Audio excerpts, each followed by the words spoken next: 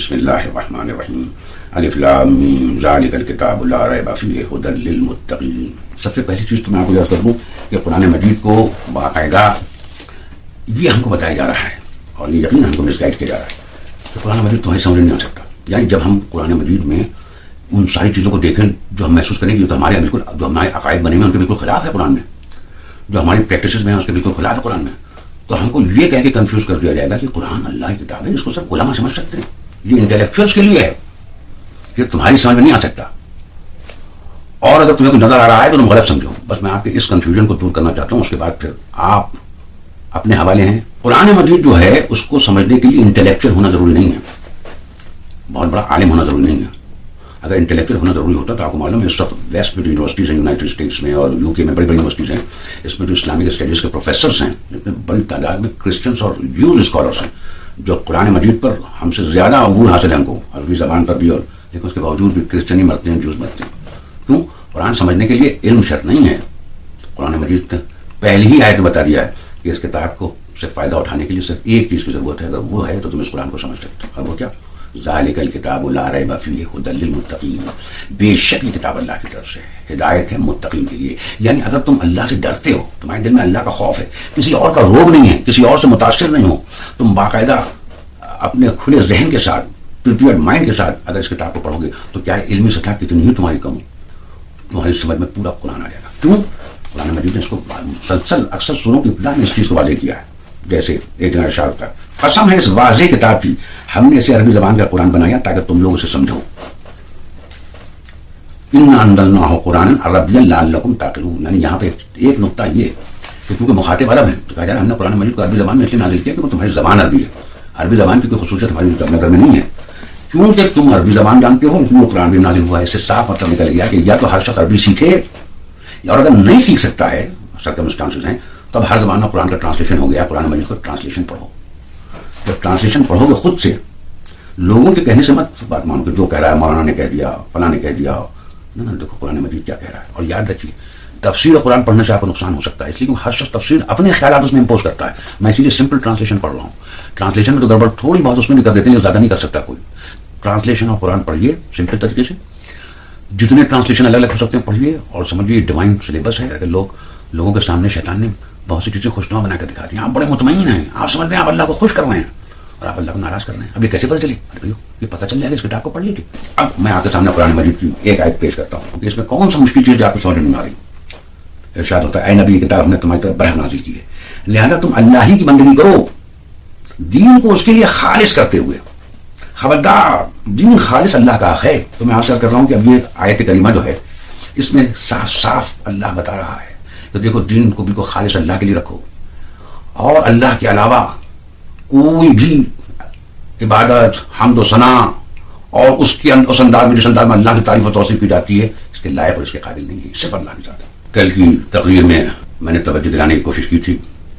جس میں نے عرض کیا تھا کہ اللہ کی بارگاہ میں جو کوئی اپنی قربانی پیش کرتا ہے تو اللہ سبحانہ و تعالیٰ بہت اپریشیٹو ہے، بڑا قدرداں ہے۔ چنانچہ جس وقت حضرت ابراہیم نے قربانی پیش کی تو میں نے آپ کو کیا پورا قصیدہ قرآن میں بیان کیا گیا ہے، وَتَرَكْنَا عَلَيْهِ فِي الْآخِرِينَ، اور اس کی تعریف اور توصیف ہمیشہ کی باقی نسلوں میں چھوڑ دی۔ تو دیکھیے ایک چیز کا آپ خیال رکھیں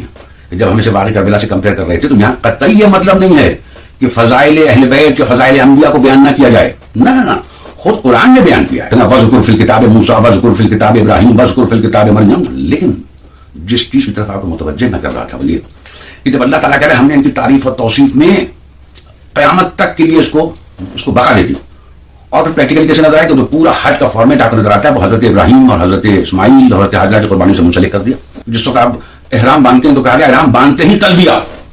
لبیک لا شریک لک لبیک لبیک لا شریک لک لبیک۔ اب یہاں ابراہیم نظر نہیں آ رہے ہیں، اس کے بعد جا کے مقام ابراہیم بعد میں توڑ کر نماز پڑھیں، یہاں پر بھی حضرت ابراہیم کا کوئی تذکرہ نظر نہیں آ رہا، کوئی زیارت ہمیں ایسی نظر نہیں آ رہی جو یہاں سے ابراہیم کی شان پڑ جاتی۔ اور حضور والا میں عرض کرتا ہوں آپ یہ دیکھیے سب چیزیں قابل غور ہیں کہ وہیں پر حضرت اسماعیل کی قبر بھی ہے، لیکن تمام جو لوگ حج کر کے آئے ہیں اور جو عمرہ کر کے آئے ہیں مجھے بتائیے کہ وہاں کبھی بھی حج کے کسی رکن میں یا عمرہ میں کہیں ہے کہ رک کے حضرت اسماعیل کی قبر پر ان کو سلام یا ان کی کوئی زیارت پڑی گئی ہو؟ نہیں، کوئی تذکرہ نہیں رہتا۔ حج میں تو نظر نہیں آ رہا ہے یہ سب۔ یہ حج کا فارمیٹ ہے جو اللہ کی طرف سے، جو باقاعدہ رسول اور آل رسول نے خود بتایا اور پریکٹیکلی کیا ہے۔ تو میں یہ کہتا ہوں جب یہ فارمیٹ پورا اللہ کی طرف سے آ گیا کہ جس میں اللہ نے کہا کہ ہم نے اس قربانی کو ریکگنائز کرنے کے لیے یہ طریقہ اختیار کیا، تب 10 محرم کو جو سید الشہداء نے ایسی ہی قربانی دی، تو اس کے بعد پھر یہ اس قدر مختلف انداز کیوں نظر آ رہا ہے کہ یہاں 2 مہینہ 8 دن خصوصاً 10 دن اللہ کا کوئی ذکر ہی نہیں ہو رہا ہے؟ امام علی کا نہج البلاغہ میں خطبہ نمبر 214 جو آپ نے جنگ صفین میں دیا ہے، صفین کے موقع پہ خطبہ دیا گیا، جس میں آپ یقین مانیے کہ یہ وہ موقع ہوتے ہیں جس وقت جو ہیڈ آف دا آرمی ہوتا ہے وہ لوگوں کو جوش دلا رہا ہوتا ہے اور چاہتا ہے کہ اس کی تعریف اور توصیف کی جائے تاکہ اس کا ایک ہیبت قائم ہو. لیکن دیکھیے اسی خطبے میں لکھا ہے کہ امام علی صفین کا خطبہ دے کے جب رکے کہ اس موقع پر آپ کے اصحاب میں سے ایک شخص نے آپ کی آواز پر لبیک کہتے ہوئے ایک طویل گفتگو کی جس میں حضرت کی بڑی امت و ثنا کی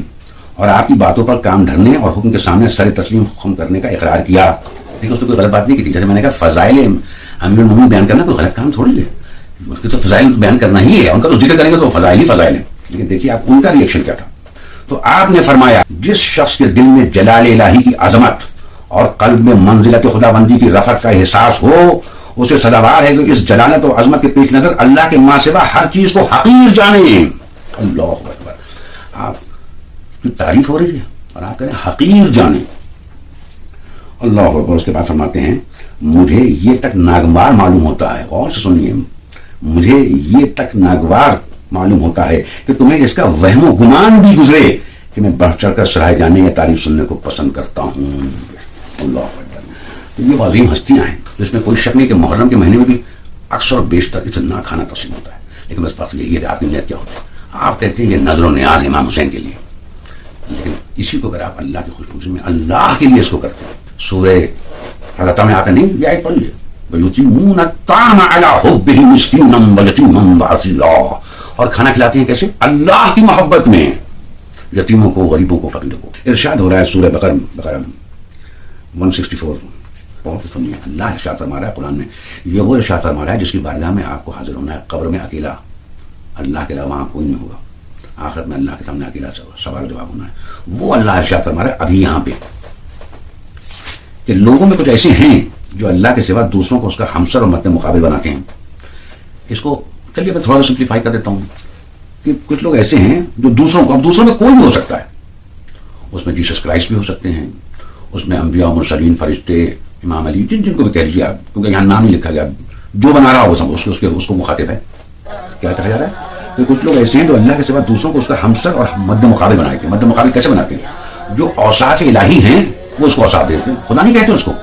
کوئی خدا نہیں کہتا، لیکن اللہ جو ہے وہ سمیع البصیر ہے، ہر چیز کو سنتا ہے، ہر چیز کو دیکھتا ہے وقت میں. اب یہی صفت آپ کسی اور کو بھی دیتی،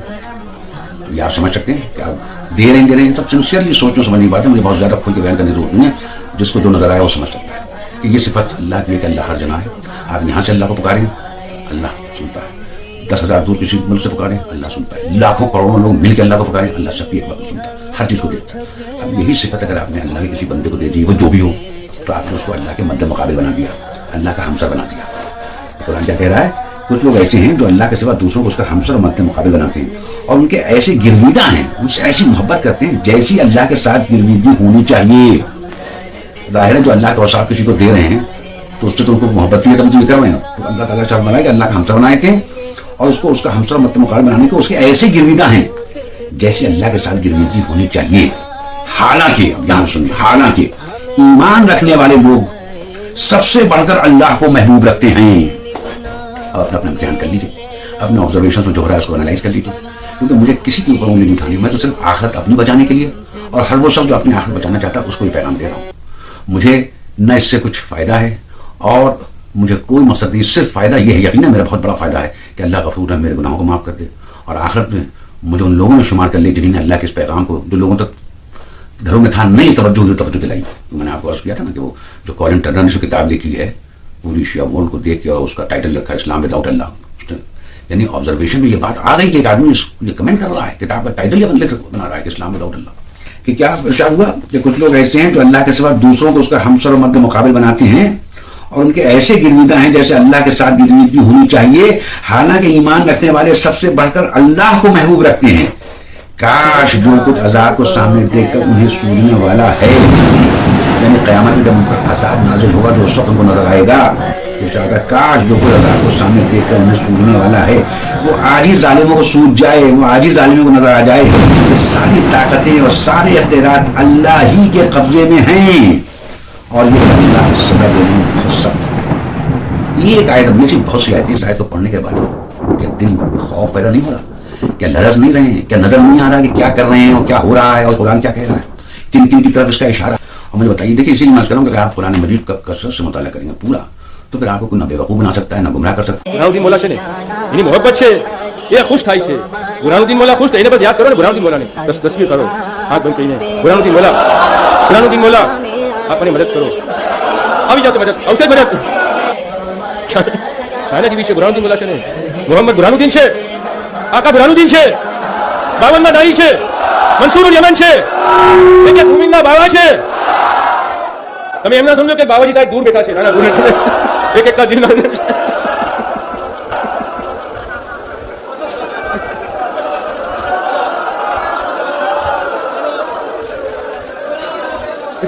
કોઈ ફિકર થતી હોય સુકૂન ના થતી હોય બનાવતી બોલાને યાદ કરજો એની તસવીર કરજો આવશે બાવાજી સાહેબ બનાવતી હજારો લાખો ફિરિશ્તા આવે છે મોકલી આપશે ફિરિશ્તાને જાઓ આ ભાઈ اور پھر آپ کی سب باتیں سمجھ میں آئیں گی اور پھر آپ کو محسوس ہوگا کہ جس دین پہ ہم چل رہے ہیں وہ دین اللہ کا ہے یا اس میں کافی چیزیں ایسی آ گئی ہیں جس سے ابھی ہم محسوس نہیں ہوتا۔ اب آپ بتائیے کچھ آپ کے ہیں ایسے لوگ جن کو آپ نے اللہ کے مد مقابل مصب بنایا؟ کیا ہیں کچھ ایسے جن کو آپ اس طرح پکارتے ہیں جیسے اللہ کو آپ کہتے ہیں کہ وہ جہاں بھی ہیں وہ ہماری سنتے ہیں، جب مدد کی ضرورت ہوتی ہے ہم کو مدد کو پکارتے ہیں، ہماری مدد کرنے آتے ہیں، قبر میں وہ ہماری مدد کرنے کو آئیں گے، موت کے وقت وہ ہماری مدد کرنے کو آئیں گے، جہاں سے ہم ان کو پکار رہے ہیں وہ جواب دیتے ہیں، وہاں سے وہ پکار رہا ہے تو سوچیے، اور نہیں ہے تو بہت مطمئن ہو جائے گا ایسا کچھ نہیں ہو رہا ہے۔ آپ کسی کو ایسے کو نہیں پکار رہے ہیں، کسی کو یہ صفات نہیں دے رہے ہیں کہ وہ سنتا بھی ہے، دیکھتا بھی ہے، جانتا بھی ہے، اس کو سب علم ہے، کائنات کا سارا علم ہے اسے جب آپ پکارتے ہیں تو جواب بھی دیتا ہے، آپ کی مصیبتوں مشکلوں کو دور کرتا ہے۔ اللہ کے علاوہ اگر کسی کو آپ ایسا کر رہے ہیں تو یقیناً یہ شاید سے آپ مخاطب ہیں، اور اگر نہیں کر رہے ہیں تو الحمدللہ۔ قرآن مجید کیا فرما رہا ہے کہ کچھ لوگ ایسے ہیں جو اللہ کے سوا دوسروں کو اس کا ہمسر اور مد مقابل بناتے ہیں، اور ان کے ایسے گرویدہ ہیں، ایسے ڈیووٹیڈ ہیں، ان کے ایسے کمیٹڈ ہیں، ان سے ایسی محبت کرتے ہیں جیسی اللہ کے ساتھ گرویدگی ہونی چاہیے، یعنی اللہ سے وہ محبت نظر نہیں آ رہی جو محبت ان سے نظر آ رہی ہے۔ حالانکہ آپ دیکھیے، حالانکہ ایمان رکھنے والے لوگ سب سے بڑھ کر اللہ کو محبوب رکھتے ہیں، چاہے جیسس کو پکار رہا ہو، چاہے رام کو پکار رہا ہو، چاہے امام علی کو پکار رہا ہو، چاہے رسول اکرم کو پکار رہا ہو، جسے اللہ کے سوا، اللہ نے یہاں کوئی ایکسیپشن نہیں چھوڑا کہ اللہ کے سوا جس کسی کو پکار رہا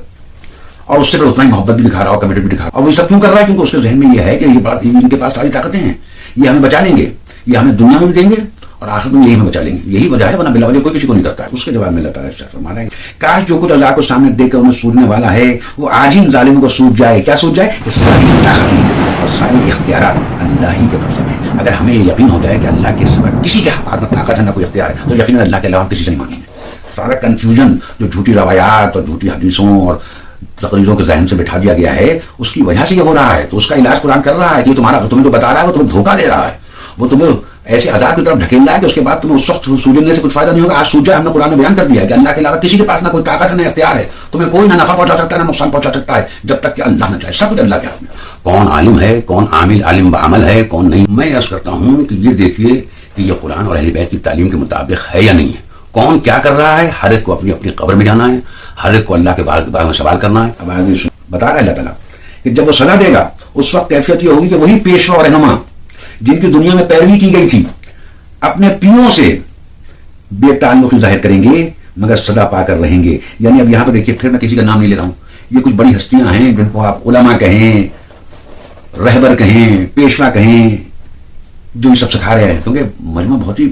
اسی لیے تو مشکل ہو رہی ہے کہ آپ جب مجلسوں میں سب سن رہے ہیں بڑا بڑا عالم امامہ آبا پہن کے بیان کر رہا ہے یا کوئی عالم ہے بہت بڑا، آپ اس سے معلوم کریں فلاں عالم یہ کہہ رہا ہے، اور ہم سے یہ کہا جاتا ہے آپ کیا بیان کر رہے ہیں، علماء کیا کر رہے ہیں؟ آپ وہی علماء جنہوں نے گمراہ کیا ہے ان کا تذکرہ ہو رہا ہے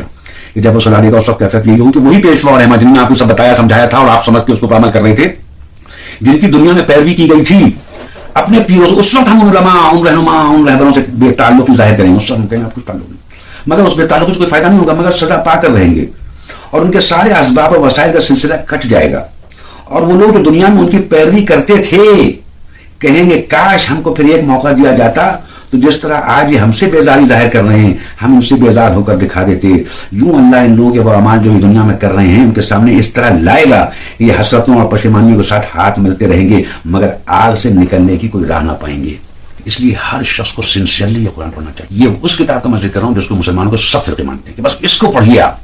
تو پھر آپ کسی مسلک کے نہیں رہیں گے, آپ پورے مسلم بن جائیں گے. پھر آپ حقیقی معنی میں امیر المومنین علی ابن ابی طالب رسول خدا صلی اللہ علیہ وآلہ وسلم کے فالوور بن جائیں گے. بس بارگاہ رب العزت میں دعا ہے کہ پالنے والی یہ عظیم ایام جس میں سید الشہداء نے اتنی بڑی قربانی کی, اپنے پورے خاندان کو قربان کر دیا صرف تیری خوشنودی میں,